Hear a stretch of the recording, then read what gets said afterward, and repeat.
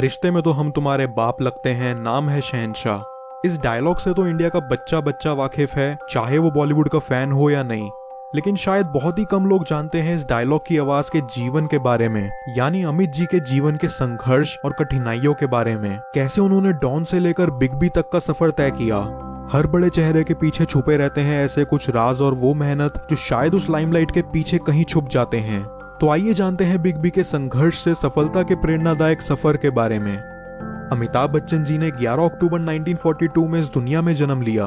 कहते हैं माता पिता ने शुरुआत में उनका नाम इंकलाब रखा था, क्योंकि ये नाम रखते वक्त आजादी के दौर चलते नारे लगा करते, इंकलाब जिंदाबाद। लेकिन बाद में उनके पिता श्री हरिवंश राय बच्चन के एक दोस्त सुमित्रा नंदन ने उन्हें कहकर उनका नाम अमिताभ रखने का सुझाव दिया, जिसका मतलब है एक ऐसा प्रकाश जिसका कभी अंत ना हो।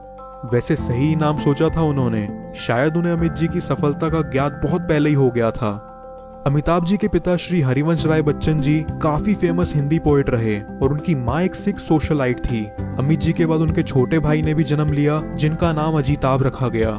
नैनीताल से अपनी पढ़ाई पूरी करने के बाद वो अपने कॉलेज के लिए आए, जहाँ किरोड़ीमल कॉलेज से उन्होंने अपनी ग्रेजुएशन पूरी की। इसके बाद कुछ वक्त उन्होंने नौकरी की तलाश में दिल्ली में ही बिताया, लेकिन कहीं से कुछ उम्मीद ना मिलने पर वो अपने दोस्तों के साथ कोलकाता पहुंच गए, जहां उन्होंने कई छोटी छोटी प्राइवेट नौकरियां करी, बहुत ही कम तनख्वाह पर।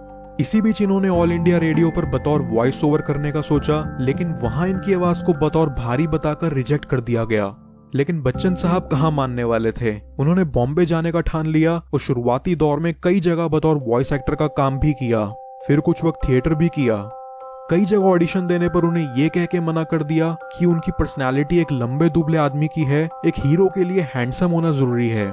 लेकिन इन्हीं सब के चलते 1961 में उन्होंने अपनी पहली पिक्चर सात हिंदुस्तानी के साथ बॉलीवुड में कदम रखा और पहली पिक्चर के लिए उन्हें कुछ टाइम बाद नेशनल अवार्ड भी मिला। और इसी के चलते 1979 तक उन्होंने कई पिक्चर करी, जिससे उन्हें एंग्री यंग मैन का खिताब मिला और लोग उन्हें बहुत चाहने लगे। बहुत जल्द ही उनका बॉलीवुड पे दबदबा होने लगा था। लेकिन इतने फेम के बाद भी अमिताभ जी ने इंटरव्यू में बताया कि वो एक्टिंग में बखूबी करेंगे, ये वो जानते थे। लेकिन अपने फेस को लेकर वो अभी भी कहीं ना कहीं कॉन्फिडेंट नहीं थे। लेकिन सिर्फ लोगों के प्यार से वो बेहतर करते गए। उनकी परफॉर्मेंसेस कुछ पिक्चर जैसे लावारिस, कूली, नसीब, सिलसिला, शराबी और जादूगर ने दुनिया भर में उनको मशहूर कर दिया। 1973 में अमिताभ जी ने बॉलीवुड की एक एक्टर जया बहादुरी से शादी की और उनके दो बच्चे भी हुए, श्वेता बच्चन और अभिषेक बच्चन। लेकिन कहा यह भी जाता है कि इसी दौरान शादी के बाद में बॉलीवुड की एक्ट्रेस रेखा के साथ लव स्टोरी भी चली, लेकिन बाद में जया और रेखा जी कुछ अनबन के कारण अमिताभ और रेखा का रिश्ता पूरी तरह खत्म हो गया। खैर, ये सब अफवाह है, लेकिन सच आज तक किसी को नहीं पता। 1970 से 1980 तक अमिताभ 100 से भी ज्यादा फिल्में कर चुके थे, वो भी कई जाने माने बॉलीवुड डायरेक्टर्स जैसे प्रकाश मेहरा और कई एक्टर्स के साथ। उन्हें लोग कितना चाहने लगे थे, इस बात का अंदाजा तो इससे लगाया जा सकता है जब 1982 में कूली की शूटिंग के दौरान अमिताभ जी का एक सीरियस एक्सीडेंट हो गया था। देश विदेश में लोग उनकी रिकवरी के लिए प्रेयर कर रहे थे, कई यज्ञ और आरती भी की गई। यहाँ तक कि कई जगहों पर तो अमिताभ जी को भगवान की तरह पूजे जाने लगा था। और इन्हीं सब दुआओं की वजह से शायद अमिताभ जी एक्सीडेंट सर्वाइव कर गए।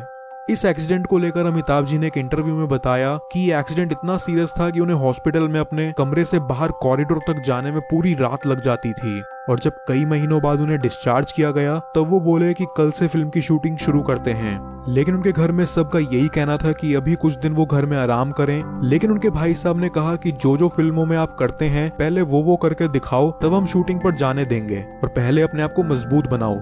फिर अमित जी ने एक टारगेट बनाया। वो रोज सुबह सुबह उठकर अपने घर के पास एक पेड़ के साथ कुश्ती लड़ते। अमिताभ रोज सुबह उस पेड़ पर किक करते थे और जहां निशाना पड़ता था वहां निशान लगा देते थे, और हर रोज उनका टारगेट और ऊपर जाता रहा था।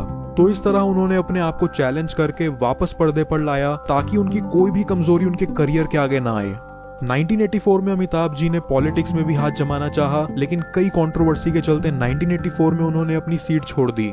करीब 1990 से 1995 तक अमिताभ का स्टारडम खोने लगा। उनकी फिल्में बॉक्स ऑफिस पर कुछ खास नहीं कर रही थी। तब उन्होंने अपनी खुद की प्रोडक्शन कंपनी शुरू करने का डिसीजन लिया, अमिताभ कॉर्पोरेशन लिमिटेड, और अपने आप को सीईओ बनाया, जिससे वो वापस लाइमलाइट में आने लगे। फिर बच्चन साहब ने बॉलीवुड का रुख किया 1997 में फिल्म मृत्युदाता, जो उनकी ही कंपनी ABCL के तहत प्रोड्यूस हुई। लेकिन शायद बहुत ही कम लोग जानते हैं कि अमिताभ के जीवन का सबसे ज्यादा कठिन समय यही था। उनकी कंपनी ABCL कुछ ही समय में लॉस में चली गई। सिचुएशन यहाँ तक बिगड़ गई कि अमिताभ जी बैंकरप्ट हो गए। उन पर करोड़ों रुपए की उधारी चढ़ गई। एक अवार्ड सेरेमनी की स्पीच के दौरान अमित जी ने बताया, ऐसे कठिन समय में धीरू भाई अंबानी ने उनका हाथ थामा और उनके सामने इतनी राशि देने का प्रस्ताव रखा जिससे उनकी सारी प्रॉब्लम सही हो जाती। लेकिन अमिताभ जी कहाँ मानने वाले थे। वो धीरू भाई की इज्जत तो बहुत करते थे, लेकिन वो इस समस्या से खुद ही बाहर निकलना चाहते थे। खैर, वक्त बदलते देर नहीं लगी और कुछ ही टाइम में अमित जी को वापस काम मिलने लगा और कुछ सालों में he was back as a star.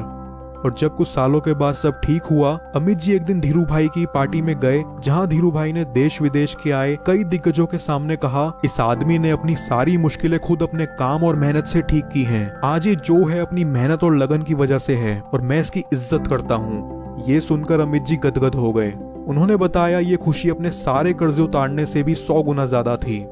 2000 में उन्होंने भारत के सबसे फेमस शो कौन बनेगा करोड़पति होस्ट करना शुरू किया और इसी के साथ चाहे 1990s के दशक में अमिताभ ने अपना स्टारडम खोया हो, लेकिन वो वापस आए कई बेहतरीन फिल्मी रोल्स के साथ, जैसे मोहब्बतें, कभी खुशी कभी गम, बागबां, खाकी, पा, जिसके लिए उन्हें कई अवार्ड्स जैसे फिल्म फेयर और कई इंटरनेशनल अवार्ड्स के लिए भी नॉमिनेट किया गया। पर्सनल लाइफ की बात की जाए तो अमिताभ बच्चन जी मुंबई के जुहू इलाके में अपने बंगलो प्रतीक्षा में अपनी पूरी फैमिली के साथ एक खुशहाल जीवन जी रहे हैं। आज की माने तो इसी इलाके में इनके 4 और घर भी हैं। जलसा जनक वत्सा। आज 2019 में अपने पूरे परिवार के साथ जलसा में ही रहते हैं, जहां से हर संडे शाम 6 बजे वो अपने फैंस को जलसा की टेरेस से ग्रीट करते हैं। इसे कहते हैं सुपरस्टार, क्योंकि इनका मानना है कि इसी जनता की वजह से आज वो इस मुकाम पर हैं। जरा सोचिए क्या होता अगर Amitabh ji all India radio के रिजेक्शन को लेकर ही बैठ जाते।